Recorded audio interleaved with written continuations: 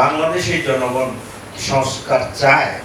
যদি সংস্কার চায় তাহলে তারা হ্যাঁ ভোটে তাদের রায় দেবে।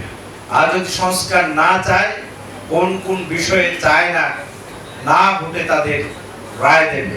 আমরা দেখলাম বাংলাদেশের মানুষ আর কোন জুলুমতন্ত্র বাংলাদেশে চায় না। হ্যাঁ ভোটের মধ্য দিয়ে তারা সেটি তাদের বক্তব্য, তাদের আকাঙ্ক্ষা তারা প্রকাশ করেছে। হ্যাঁ ভোটের মধ্য দিয়ে তারা এই অ্যানাউন্সমেন্ট দিয়েছে, বাংলাদেশে আর কোন স্বৈরাচারের ঠাঁই হবে না।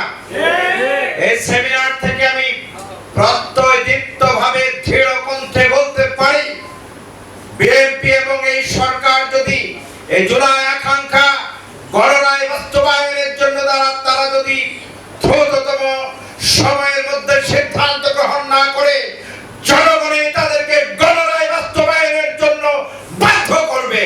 আজকে লন্ডন থেকে যারা এসে নতুন করে এই বাংলাদেশের মালিক বনে গিয়েছে, সেই সময় কিন্তু এই আন্দোলনের সময় বাংলাদেশের মানুষকে যদি তারা বিপদে ফেলে না যেত, তাহলে অনেক আগে বাংলাদেশ জনগণের আকাঙ্ক্ষিত সেই নেতৃত্বের মাধ্যমে সুশাসন প্রতিষ্ঠিত হওয়া সম্ভব ছিল। কিন্তু তাদের ভয়, তাদের কম্প্রোমাইজ নীতির কারণে সেই সময় বাংলাদেশে বড় দল হওয়ার সত্ত্বেও বিএনপি জনগণের জন্য কোনো ভূমিকা রাখে না। এখন সবাই মাতব্বর হয়ে গেছে।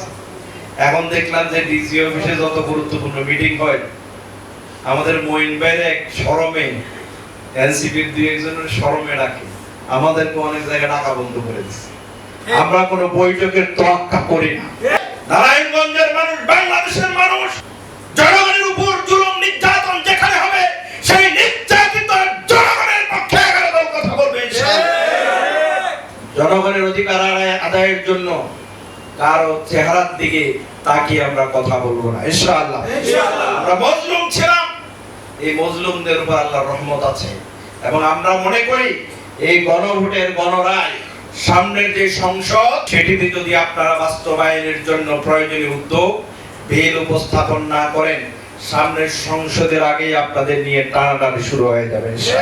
আমরা বলতে পারি যে আসলে বিএনপি যেভাবে দীর্ঘ সময় ধরে মানুষকে কষ্ট দিয়ে কম্প্রোমাইজ নীতিতে রাজনীতি করেছে, সে সময় যেভাবে তারা সুখে শান্তিতে থেকে নিজের সহায় সম্পদ রক্ষা করার জন্য চেষ্টা করেছে, ঠিক একইভাবে বাংলাদেশের মানুষের সাথে আবার প্রতারণা করে মিথ্যা ওয়াদা দিয়ে বাংলাদেশের মানুষকে আবার কষ্ট দেওয়ার জন্য নতুন ষড়যন্ত্র করছে। আরে ভাই, তোমরা যদি হ্যাঁ ভোটের পক্ষে না থাকতা, বাংলাদেশের মানুষ কি তোমাকে নির্বাচিত করতো? সুতরাং আবার টেনে এসে 2 বছরের মাথায় আবার তোমাদেরকে ফালাইতে হবে, ফালানোর পরে আবার নির্বাচন করতে হবে। এটা দেশের মানুষের জন্য কষ্ট না? বিএনপি নেতাদেরকে বলবো, প্রধানমন্ত্রী তারেক রহমান সহ তার কথা বাদ দিয়ে আপনি দেশের জনগণের আকাঙ্ক্ষা যেটা, সেই আকাঙ্ক্ষার দিকে পূরণের জন্য আপনি চেষ্টা করেন, আপনি উদ্যোগ গ্রহণ করেন, বাংলাদেশের জনগণ আপনাকে সাহায্য করবে ইনশাআল্লাহ।